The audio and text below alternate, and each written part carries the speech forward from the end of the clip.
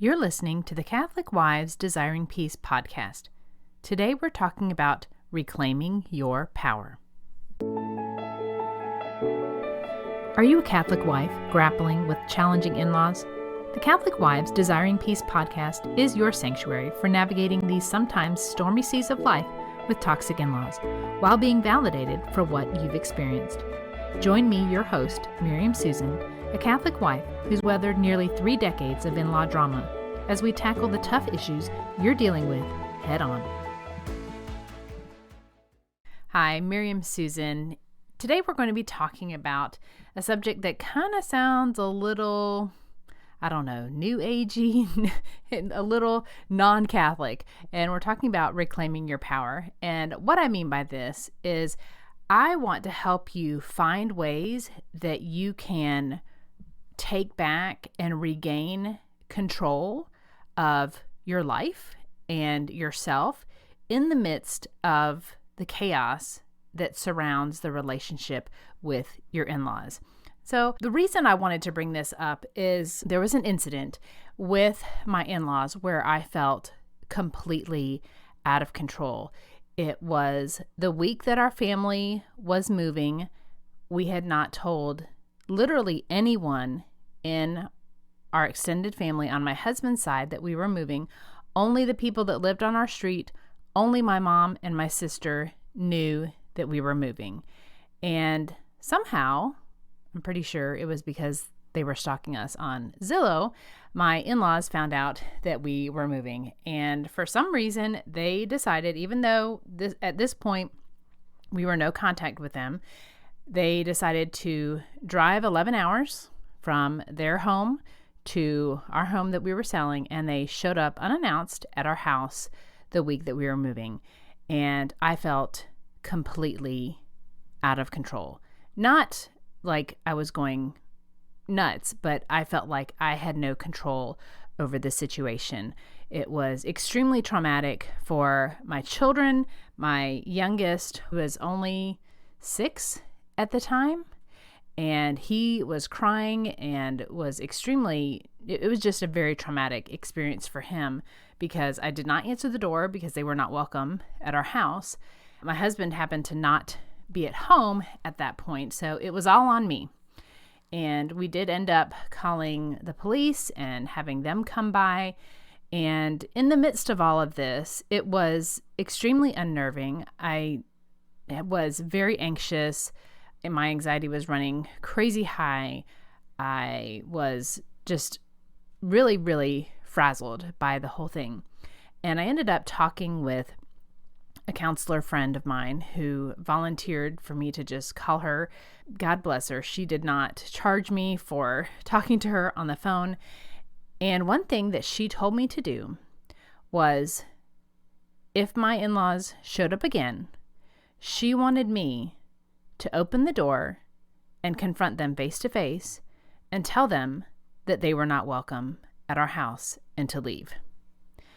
Now, this was not my natural reaction. My natural reaction was, everybody get upstairs. I don't want them to see you. I don't want them to see any of us, partly to hopefully get them to just go away, which, they stood there and they rang my doorbell and they talked into my security camera for quite a while before they actually left our house. And they actually came by our house, I believe it was 4 times in 2 days, to supposedly check on us because they were worried about us. But that's a whole nother lie that was spun, a whole nother story. But what that counselor friend of mine wanted me to do was to empower me. She wanted me to find the courage to stand up and say, this is my house. You're not welcome here. And to take some control back of the situation.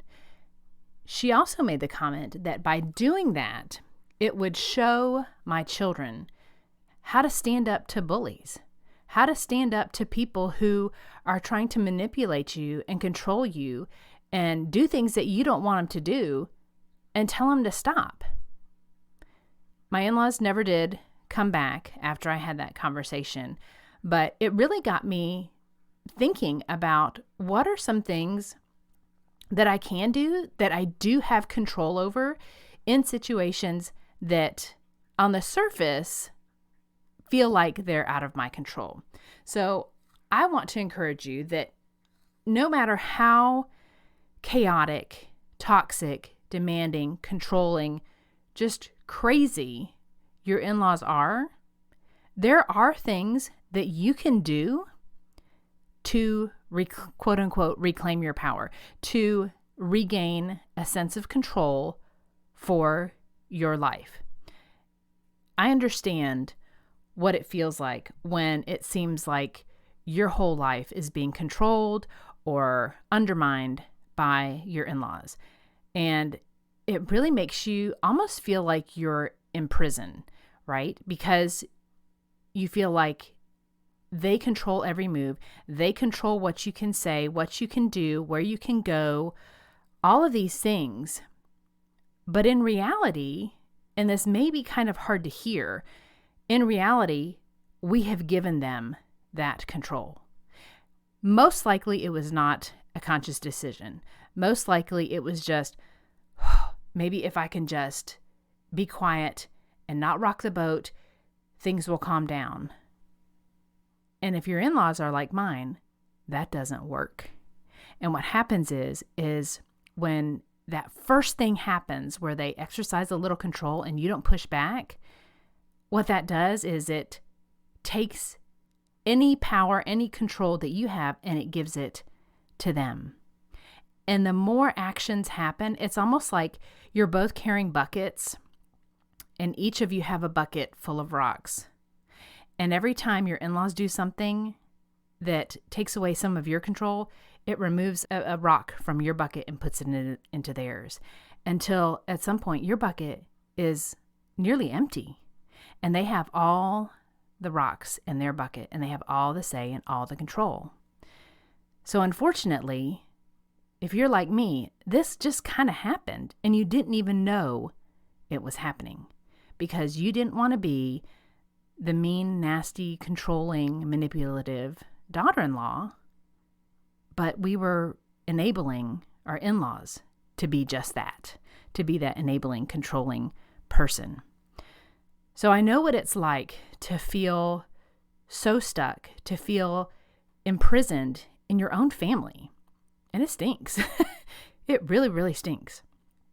And it can be from little things like deciding that you're going to spend Christmas with them and you were going to spend it just at home with you and your husband and your children.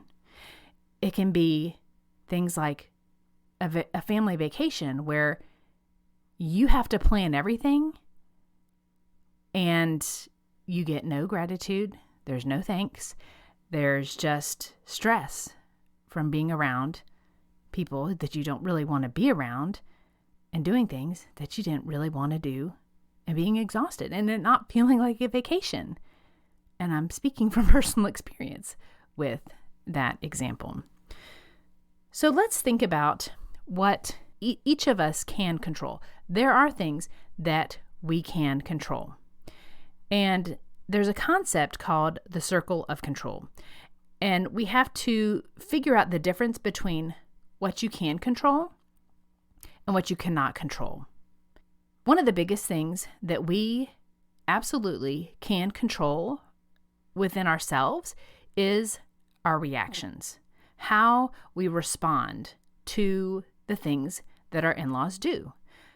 Your in-laws might be the kind that like to push your buttons to get a maybe more volatile reaction than you would normally do. Maybe you shout, maybe you raise your voice, maybe you storm out of the room. Some kind of reaction that is not really your normal reaction, but your in-laws know how to get that out of you. That is something that we have within our control. We can decide how we're going to speak to our in-laws. We can decide if we're going to sit or run away. We can decide how we're going to react to what they do. Another thing that we have control over is how and when we communicate certain things to our in-laws. We can be clear, to the point, direct, or we can be kind of wishy-washy, again, not wanting to rock the boat. And I'm not blaming you at all if you react like this, because most of us are not used to these kinds of people, these kinds of personalities. And so when something happens and our in-laws push a boundary, they overstep something, we usually are going to try to react in a way to de-escalate the situation. Unfortunately, toxic people love that because then they can step in and take control. So going back to how we communicate with our in-laws, we can be very straightforward. No, that doesn't work for us. No, that date doesn't work. No, we're not going to do that. Those are simple, clear boundaries that you can say for lots of situations, and you don't have to give an explanation. Toxic people love to try to trap you with your explanations because they can get you to do things their way. So how we communicate with our in-laws is up to us. That is within our control. One last thing I want to throw out there is time. How much time we spend with our in-laws. Now, I know there are situations where maybe your husband works with his family. Maybe y'all live right down the street. Maybe you live in the same house. And I'm so sorry if you live in the same house. I cannot imagine being in those situations. However, even in those situations, even if you are under the same roof as your in-laws, you can decide, you know what? From 8 p.m. on, our family's going to go into the basement. Our family's going to go into our section of the house. Our family's going to go into our bedroom, and it's going to be our family's time. And it doesn't have to be up for discussion. It doesn't matter if you live under the same roof. You, your husband, and any children that you have are an autonomous unit, whether your in-laws like it or not. You are your own family.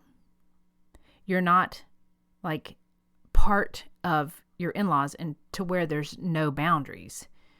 You are your own family. So you can decide that at this point of the day, we're just going to go have our own family time. That doesn't mean that you're being rude or ugly to your in-laws. It just means you want to have your own time to spend together. And there's absolutely nothing wrong with that. Okay, so those are the things that you can control. Things that you cannot control is what your in-laws say, what your in-laws do, what your in-laws tell other people about you, situations that they get you in, that they trap you in. You can't control those kinds of things. And those are the kinds of things that will trigger these reactions that you can control. So, how can we get to a point where you can start reclaiming your power? You can start reclaiming the autonomy, the individuality that you have as an individual. God didn't create us as extensions of other people. We are each individuals. We each have individual souls. We are allowed to be our own separate person. In fact, I would argue that you can't be who God wants you to be if you are acting and behaving and being allowed to be controlled by someone who doesn't treat you that way. Something that you can do today, immediately after listening to this podcast, to reclaim your autonomy and your independence is to take the time to think about what you're doing and think about your mental, spiritual, and emotional health and the mental, spiritual, and emotional health of your marriage and your family and those relationships. When you start to assess how things are, then you can find ways to improve. I think that's an important part of being a good Catholic woman, is to take time to assess How am I feeling? How am I doing spiritually? How is my emotional health? How is my spiritual health? How is the health of my family? Those are important things to assess on a regular basis. That allows us the opportunity to make any changes that we need to make to maintain the health of ourselves and of our marriage and of our families. That's a way that you can begin to take some control back from your in-laws. If your in-laws have you in a state of chaos, have you in a mentally and emotionally frazzled state all the time, you can't stop and think about these things. So you have to make a point of finding the time, even if it's in the bathroom, even if it's in the few minutes that you have to shower.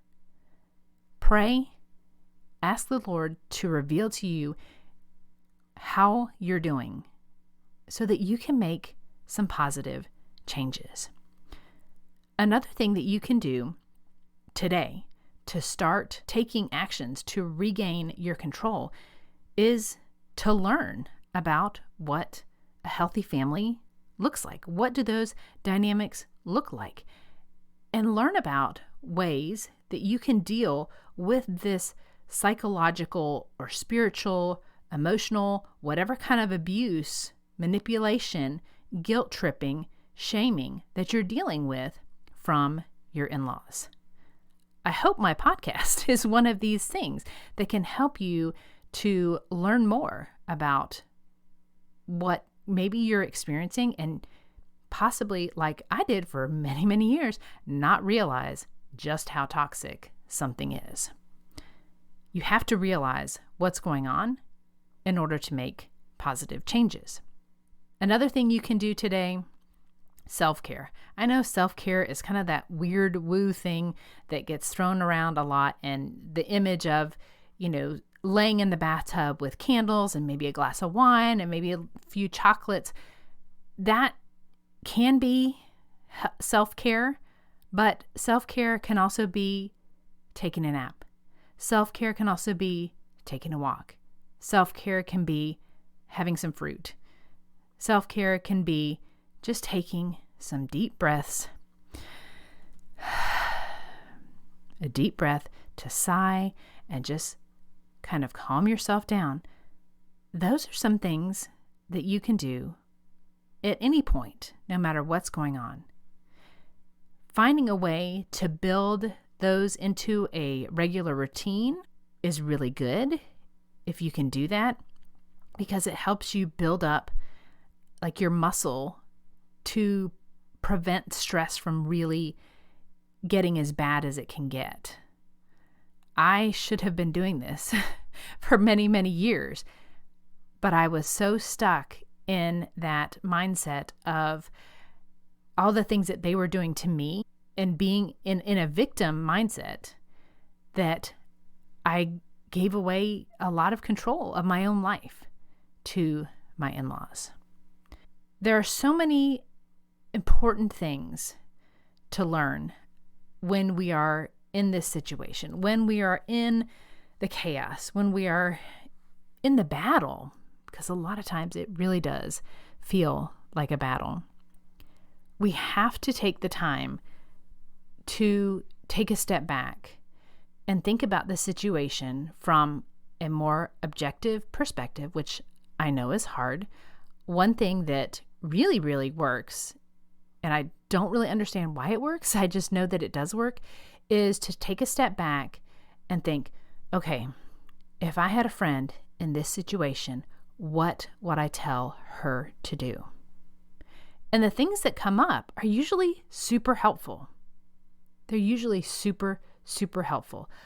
Like what the counselor friend of mine told me to do. It was the furthest thing from my mind to open up the door and tell my in-laws to go away, that I was calling the police, and that they were not welcome at my house. That was not my instinct to do that. My instinct was to hide. Unfortunately, that it seemed to feed some kind of sick, disordered thinking in my in-laws for me to not answer and to know that we were hiding inside the house. It kind of, I don't know, it's really seemed to feed a desire for more control, more power. Look at the control I have over them. They're scared, they're hiding, and they won't even come out and talk. And we're just being nice and trying to deliver a birthday gift for my son.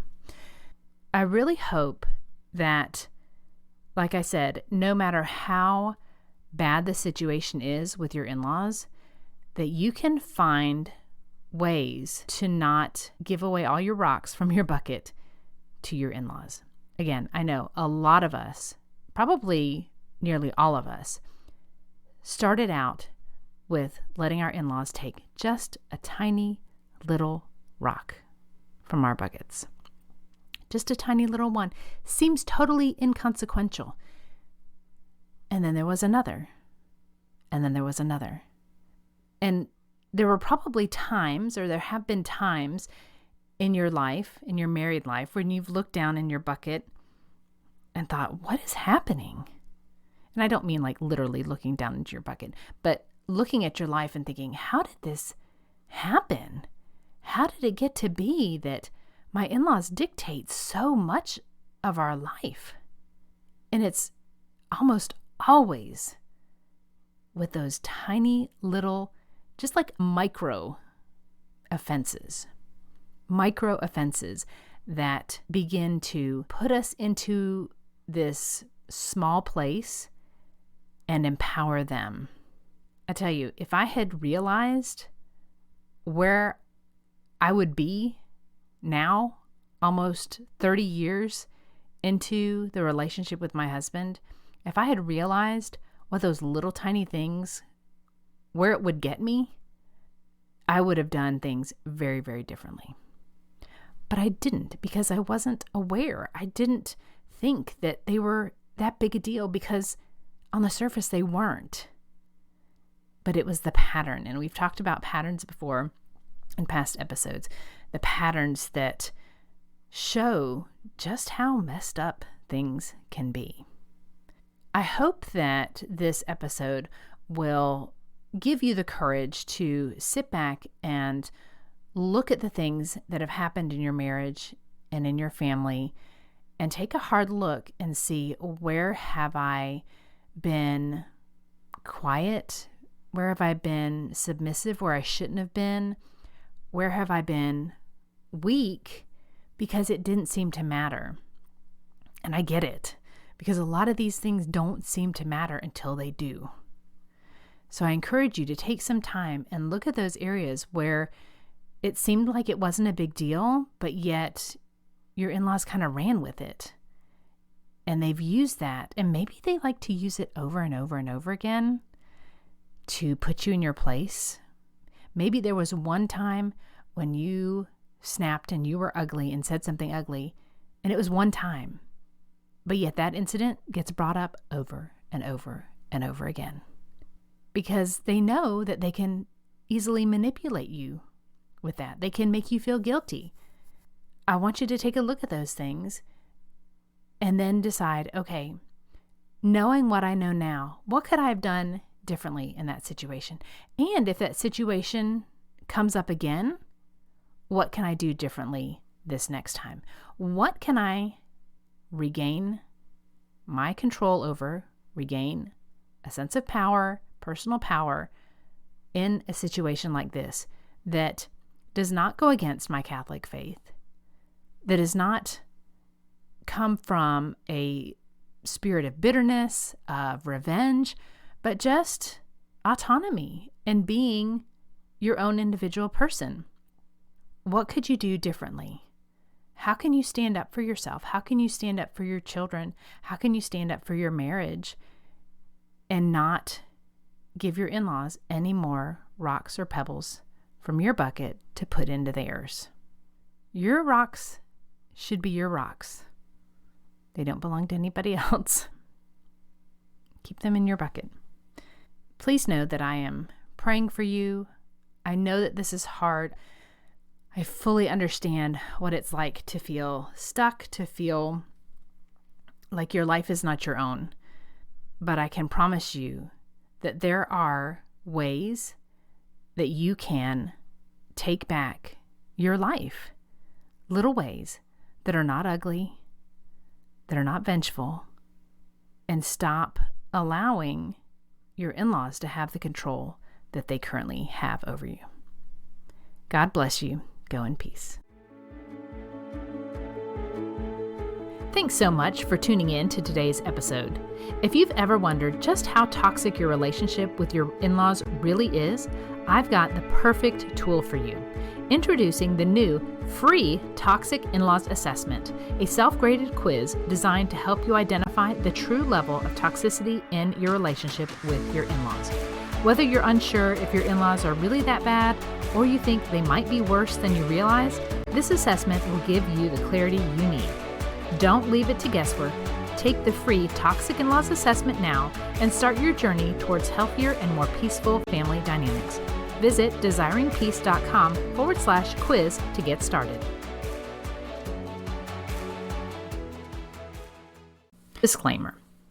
All content and information on this podcast and our website, including our programs, products, and/or services, is for information and educational purposes only and does not constitute professional medical, psychiatric, or mental health advice of any kind, and does not establish any kind of professional client relationship by your listening to this podcast or use of my website.